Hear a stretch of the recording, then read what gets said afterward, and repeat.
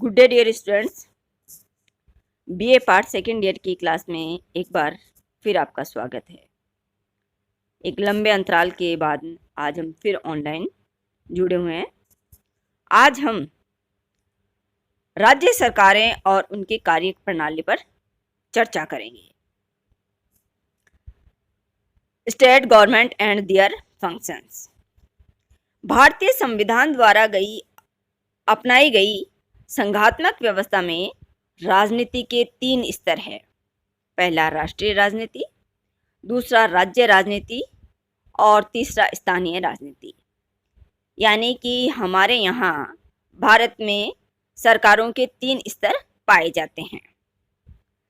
भारतीय संविधान में संघात्मक व्यवस्था के तहत इकहरी नागरिकता और इकहरे संविधान की व्यवस्था की गई है।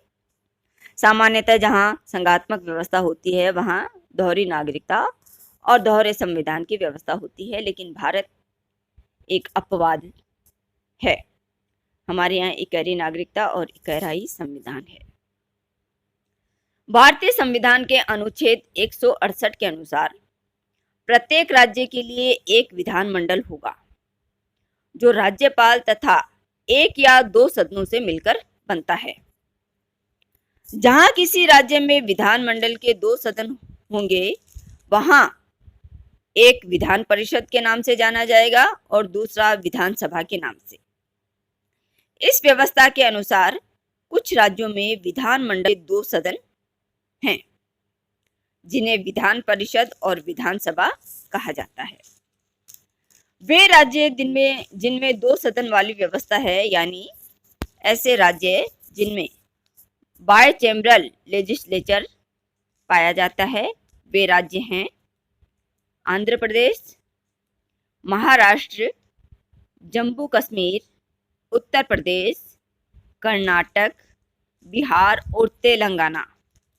इन 7 राज्यों में द्विसदनात्मक विधान परिषद पाया जाता है और शेष सभी राज्यों में एक सदनीय व्यवस्था है। विधानमंडल के अंग यानी कि विधानमंडल किन किन अंगों से मिलकर बना है? विधानमंडल के 3 अंग हैं। पहला, राज्यपाल।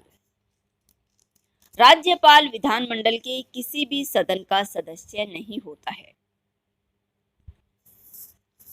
राज्यपाल किसी भी सदन का सदस्य न होते हुए भी विधानमंडल का अभिन्न अंग माना जाता है, जैसा कि केंद्र में राष्ट्रपति की स्थिति होती है। विधानमंडल का दूसरा अंग है विधान परिषद। इसे विधानमंडल का द्वितीय या उच्च सदन कहा जाता है। इसके सदस्यों का निर्वाचन अप्रत्यक्ष रूप से होता है। और विधानमंडल का तीसरा अंग है विधानसभा। इसे विधानसभा का लोकप्रिय सदन या प्रथम सदन अथवा निम्न सदन के नाम से भी जाना जाता है। विधानसभा के सदस्यों का निर्वाचन अप्रत्यक्ष रूप से जनता के द्वारा वयस्क मताधिकार के आधार पर किया जाता है। राष्ट्रपति राज्य कार्यपालिका यानी स्टेट एग्जीक्यूटिव भारतीय संविधान द्वारा केंद्र के समान राज्यों में भी संसदात्मक शासन व्यवस्था को अपनाया गया है। राज्य में राज्यपाल कार्यपालिका प्रधान है और मंत्रिपरिषद राज्य की वास्तविक कार्यपालिका है जो वास्तविक शक्तियों का प्रयोग करती है। यानी कि राज्यपाल नाम मात्र की कार्यपालिका है और वास्तविक कार्यपालिका राज्य का मुख्यमंत्री और उसकी मंत्रिपरिषद में निहित होती है। राज्यपाल भारतीय संविधान के अनुच्छेद 153 के अंतर्गत देश के विभिन्न राज्यों में राज्यपाल के पद का प्रावधान किया गया है। इसके अनुसार प्रत्येक राज्य में एक राज्यपाल होगा। दो या दो से अधिक राज्यों के लिए भी एक ही राज्यपाल भी हो सकता है, यानी राष्ट्रपति एक ही राज्यपाल को दो या दो से अधिक राज्यों की भी जिम्मेदारी सौंप सकता है। संविधान के अनुच्छेद 154 के उपखंड 1 के अनुसार राज्य की कार्यपालिका शक्ति राज्यपाल में निहित होगी और वह इसका प्रयोग संविधान के अनुसार स्वयं या अपने अधीनस्थ अधिकारियों के द्वारा करेगा। राज्यपाल की नियुक्ति, अपॉइंटमेंट ऑफ द गवर्नर।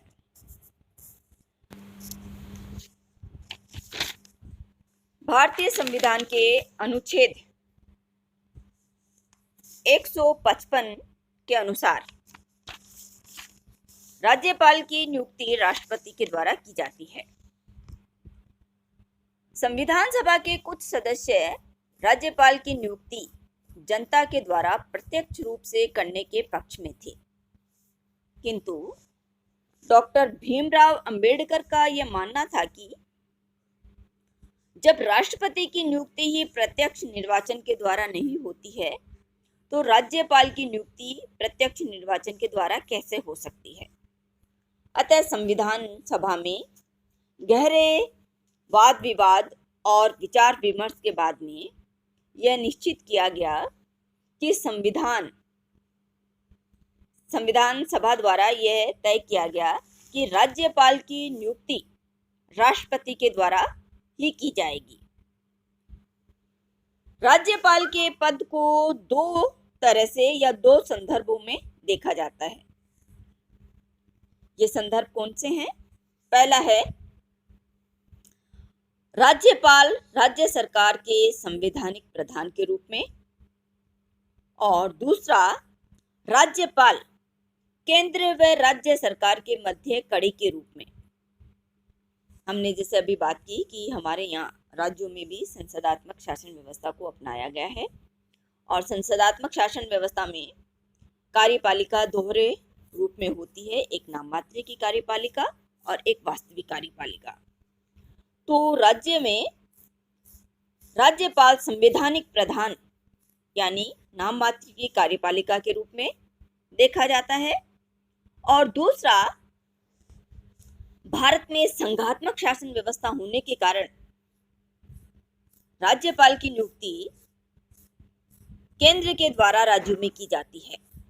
अतः राज्यपाल का पद या राज्यपाल केंद्र और राज्य सरकार के मध्य एक सेतु का काम करता है, जो कि संघात्मक व्यवस्था को मजबूत करने और उसे बनाए रखने के लिए अत्यधिक आवश्यक है। भारतीय संविधान के अनुच्छेद 156 के अनुसार राज्यपाल राष्ट्रपति के प्रसाद पर्यंत अपने पद पर बना रह सकता है, यानी जब तक राष्ट्रपति चाहे तब तक राज्यपाल अपने पद पर रहता है।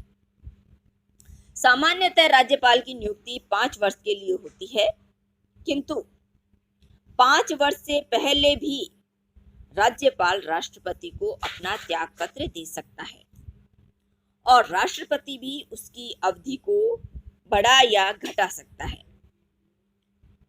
एक राज्यपाल अपनी अवधि समाप्त होने के बाद भी तब तक अपने पद पर बना रहता है जब तक कि उस राज्य में नए राज्यपाल की नियुक्ति नहीं हो जाती, यानी नए राज्यपाल के पद ग्रहण तक राज्यपाल अपनी अवधि समाप्त होने के उपरांत भी कार्यरत रहता है। राज्यपाल पद के लिए अहर्ताएं यानी qualification for the post of governor.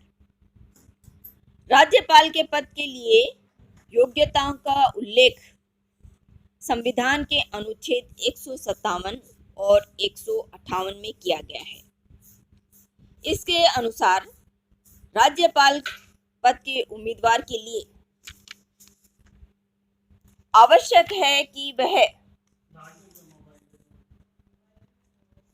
Bharat का नागरिक हो,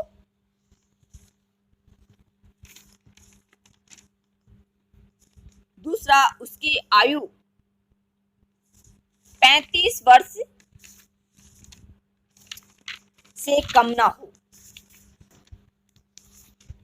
और तीसरा,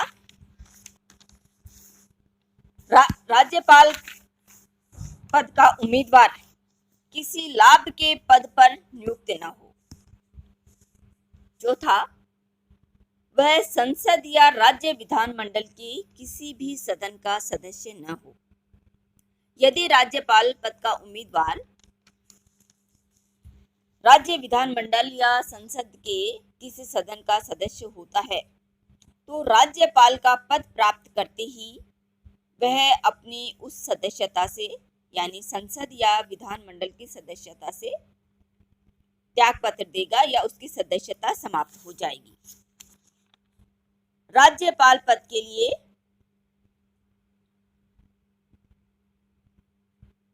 ये योग्यताएं अनिवार्य है। राज्यपाल को निःशुल्क आवास मिलता है और राज्यपाल को वे सब वेतन, भत्ते, उपलब्धियां और विशेषाधिकार प्राप्त होते हैं जिन्हें संसद विधि द्वारा निर्धारित करती है।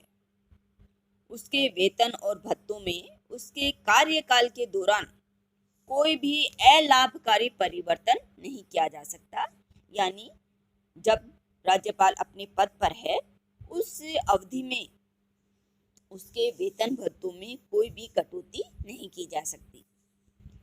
राज्यपाल का वेतन और उसके भत्ते भारत की संचित निधि पर भारित होने के कारण ये मत निरपेक्ष होते हैं।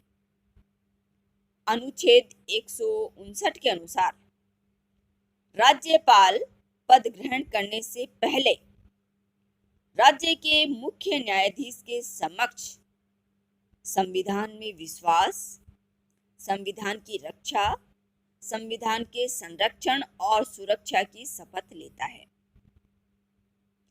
राज्यपाल की नियुक्ति के संबंध में भारत में कुछ परंपराएं प्रचलित हैं। ये दो तरह की परंपराएं हमारे यहाँ प्रचलित है। पहला है, एक राज्य में किसी अन्य राज्य के निवासी को ही राज्यपाल नियुक्त किया जाता है, यानी किसी राज्य में उसी राज्य के नागरिक को राज्यपाल नियुक्त नहीं किया जाएगा, वरन किसी अन्य राज्य के निवासी को राज्यपाल के रूप में नियुक्त किया जाएगा। इस व्यवस्था का उद्देश्य यह है कि राज्यपाल संकीर्णता और प्रांतीयता के दृष्टिकोण से ऊपर उठकर संपूर्ण भारतीय परिप्रेक्ष्य में कार्य करेगा। दूसरी परंपरा यह है कि किसी भी राज्य में राज्यपाल की नियुक्ति से पहले केंद्र सरकार उस राज्य के मुख्यमंत्री से परामर्श करती है और यह सुझाव सरकार या आयोग के द्वारा दिया गया और यह परंपरा में प्रचलन में है। इसका उद्देश्य यह है कि केंद्र और राज्य के मध्य अनावश्यक टकराव की स्थिति को टाला जा सके। उस राज्य के मुख्यमंत्री से परामर्श करके उसी की इच्छा के अनुसार ऐसे व्यक्ति को नियुक्त किया जाता है जो कि उस राज्य के मुख्यमंत्री को स्वीकार हो, ताकि केंद्र और राज्यों में कोई अनपेक्षित टकराव ना हो और गतिरोध उत्पन्न ना हो।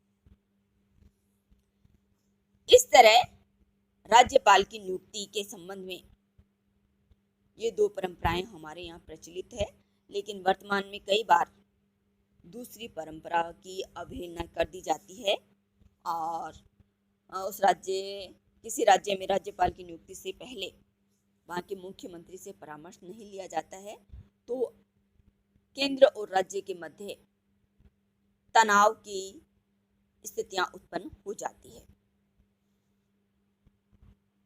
ये हुआ राज्यपाल की नियुक्ति के संबंध में हमारी चर्चा। आगे हम राज्यपाल की शक्तियों पर वार्ता करेंगे।